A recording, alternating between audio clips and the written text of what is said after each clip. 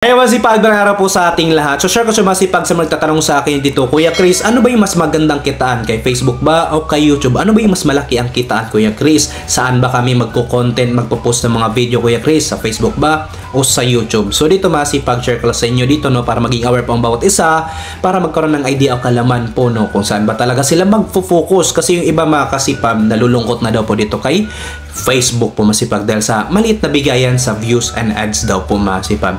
So dito po, malalaman nyo po dito masipag kung ano yung mas magandang platform na pwede nating pagkakitaan sa dalawang ito. So ito po, pakita po sa inyo yung aking YouTube channel po mga kasipag, na ito po yung nagigain niya na views at watch time hours, subscribers, tsaka yung revenue niya. So dito sa Kuya Chris TV natin, ang ating YouTube channel, pasupport na rin po sa ating YouTube channel na Kasipag Vlog po masipag. Pasubscribe naman po masipag. Kahit 1K subscribers lang po, pabutin nyo ng po masipag. At maraming salamat po sa inyong tulong at suporta po masipag. So dito tayo sa ating million views sa YouTube channel. So itong million views ay 28 days po ito masipag. Hindi po ito isang content video ha.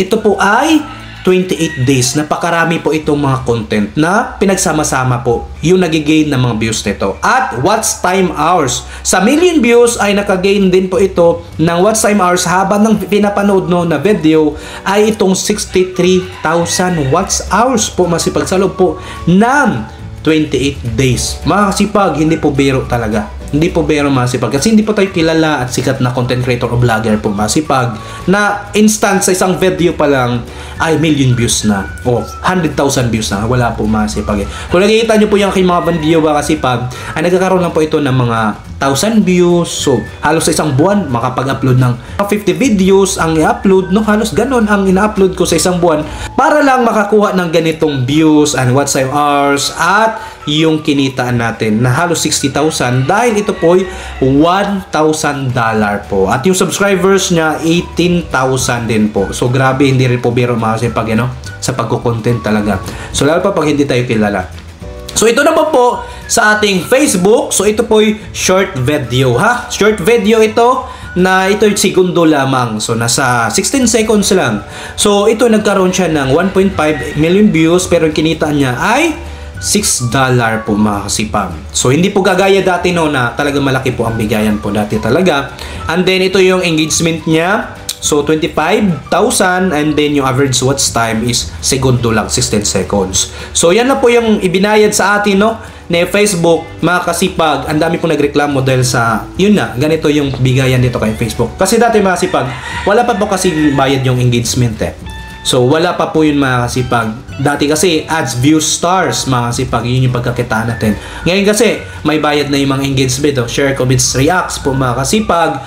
At dito pa sa stories at dito pa po sa photos and text may bayad na po. Kumbaga ba kasipag, yung kitaan na malaki dito sa views and ads ay binawasan po, doon na po ibinigay doon sa mga engagements at photos and text po masipag at dito sa stories. So sana maliwanag sa atin ha.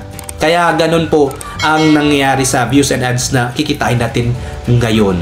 At ito pa po sa ating YouTube naman. Dito sa ating YouTube ha, ito ay hindi ito short video. Ito po masipag ay long form video, 4 minutes pataas po masipag. At hindi ito biro masipag, Buti na lang, meron nanonood at sumuporta talaga sa atin, no? So, ayun, marami talagang gusto matututo pa rin at magkaroon ng idea sa pag-content at sa kitaan. So, dito sa mga tools at features na mga opportunity na pagkikitaan natin do kay YouTube tsaka kay Facebook. So, dito kay YouTube masipag, meron din naman po dito na subscription. Ayan na, depende sa halaga na sinet nyo po. So, meron din naman po yung appreciation dito, no? Ito po yung super stickers, super thanks po masipag. At meron din pong affiliate shopping dito. Kung meron kang business, pwede rin po dito kay YouTube po masipag, So, syempre, yung ads at views, meron pong bayad din po yan dito kay YouTube. So dito na po tayo kay Facebook po sa mga tools na opportunity natin pagkakitaan po mga kasipag sa bonus program, sa short videos ads on Reels po mga kasipag, at dito po sa Instagram ads sa long form video, sa stars, subscription, at dahil dito sa content monetization tools na bago na pinag-isa na po itong tatlo na to, so papasok na po tayo dito sa mga engagement, may bayad na po. So photos and text may bayad na po, at pati sa stories po mga kasipag may bayad na po. Yun nga lang limited. So ang dami mga tools na pwede natin pagkakitaan. Syempre yung ads, ads and views. Pero dito sa mga rate na bigayan sa ads and views, ano mas malaki Kuya Chris, sa Facebook ba o sa YouTube? Sa rate ng ads and views na bigayan. So dito masipag, mas maliit po dito kay Facebook. Bakit? Bakit nga ba mas maliit ang bigayan kay Facebook Kuya Chris? Dahil dito sa napapublish kasi itong Facebook. Talaga na ikakalat. Minsan nga, inaabuso pinagtutulungan, no? Dinadala yung mga content doon sa mga group chat, no? So doon po sa mga groups, pinagtutulungan po yung mga content doon. Nasi-share talaga. Kaya maraming magigate na views dito. Hindi kagaya kay YouTube mga kasipag, malaki-laki ang bigayan sa views and ads. Hindi naman ito nasi-share. Kagaya po dito sa Facebook. So ganun po ang difference sa kanila, no, na pwedeng pagtulungan. So true link lang kasi dito kay YouTube po. At aasahan mo na lang yung isasuggest ni YouTube ang inyong coded video sa mga related na pinapanood ng mga audience, o ito ay na-detect ni algorithm kaya ikakalat din. Ganon din naman po kay YouTube. Meron pong ganon. Yun nga lang, hindi maraming mga taong nagbababa dito kay YouTube kasi wala nga po dito yung mga message, chat, kaya nandun talaga sa Facebook. Kasi nandun po yung mga message para makontak po yung mga family o mga friends, kakilala. So, ganun po kaganda kay Facebook. Yan nga lang, maliit ang bigayan po sa ads and views po mga kasipag. Pero sa Facebook naman, ay mas madali kang makilala. Mas madali makilala ang brand mo, ang business mo, ang content mo, mas madaling ma-appreciate, mapanood, dahil nga, nasi-share nga ito mo mga kasipag. So, ganun po ang kaibahan. So, dito naman tayo sa content, sa niche po. So, ang sabi kasi mga kasipag, mas malaki ang bigayan pag once na ang niche mo ay technology, ayan, no, about sa technology, sa finance, pumasipag, o sa tutorial, sama na rin po natin, mas malaki ang bigayan. Yun nga lang, konti lang po yung nanonood sa mga ganon. So, hindi po siya talaga target pang kalahatang mga audience, yung mga ganong content, yung mga ganong niche. Pero mga kasipag, bira lang nanonood, pero mas malaki ang bigayan doon. Lalo na po sa lugar kung saan ito pinapanood. Kasi yung mga nanonood, ay ang target mo po ay taga-ibang bansa, mas malaki ang rate doon, mas malaki ang bigayan. Yung revenue per mile po dito, yung RPM. O yung CPM po dito po mga kasipag, cost per mile, mas malaki po ang bigayan sa ibang bansa. So, yun po yung kaibahan, ha. Pag once sa entertainment daw pumasipag, maliit daw po talaga ang bigayan. Pero ang entertainment naman pumasipag, pangkalahatang tao ito na nanonood. Kahit sino pa manonood talaga. Kasi, for fun ma-stress relief sila, matutuwa sila, ma-enjoy sila, ma-unwind sila po mga kasipag. So, halos lahat ng tao ay nanonood dito po. Kahit ikaw pa, sino ka mang pulano, anong klaseng tao ka, talagang papanoorin mo dahil matutuwa ka, matatawa ka. Hindi kagaya doon sa talagang about sa technology, sa tutorial, pumasipag, o dito po sa finance, so talagang limited lang po ang nanonood dyan. Sa kung gusto lang po sa mga ganong content, ay sila lang po yung nanonood, no? So, ganun po yung difference sa dalawa. Kaya nga po masipag, ay malaki po ang bigayan dito sa rate ng finance, technology, tsaka tutorial. Yun nga lang, bihira lang po yung nanonood, at syempre, mas malaki pag once sa tag-ibang bansa ang target mo, ang mga viewers mo po mga kasipag. Kaya yung iba po masipag ng English speaking po, para maintindihan po ng tig-ibang bansa po masipag. So, para sila po ay naging target po ng mga kapwa nating content creator. Para mas malaki po ang kikitain nila sa content nila, dahil ito po ay talaga nanonood yung mga tag-ibang bansa, dahil English speaking po sila po masipag. Tayo mga Tagalog ay talagang mga Pinoy lang nanonood nito.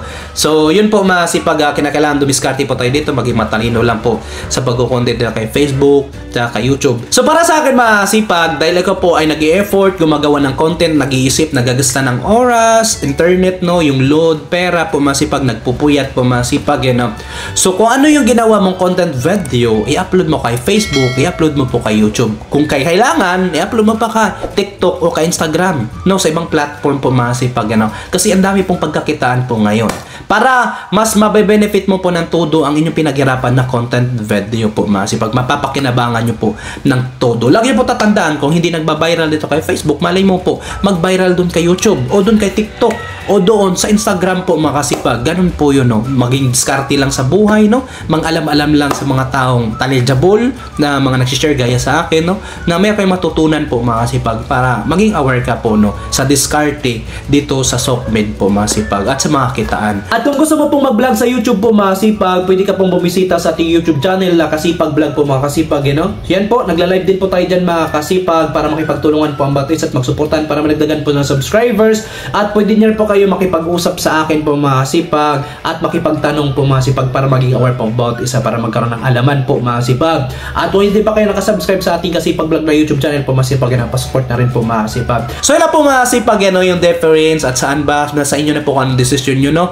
Kung saan kayo magpo-focus. Para sa akin mga kasipag, ay kung kaya nyo po itong mga platform na to, so uploadan nyo po. So isang content nyo, pwede na po i-upload ang isa po sa iba't ibang platform. Walang violation yan hanggat ito ay nasunod po sa kanilang content policy po o content guidelines po mga kasipag. So yan na po, ako po si Kuya Chris TV. Sana po meron kayo naintindihan at tuturuan sa video ito at sana po nakatulong. At kung meron kayo nagustuhan sa video nito mga kasipag, pasupport na po sa ating YouTube channel na Kasipag Vlog po mga kasipag. Pasubscribe na po at sama rin po ang ating Kuya Chris TV po mga kasipag.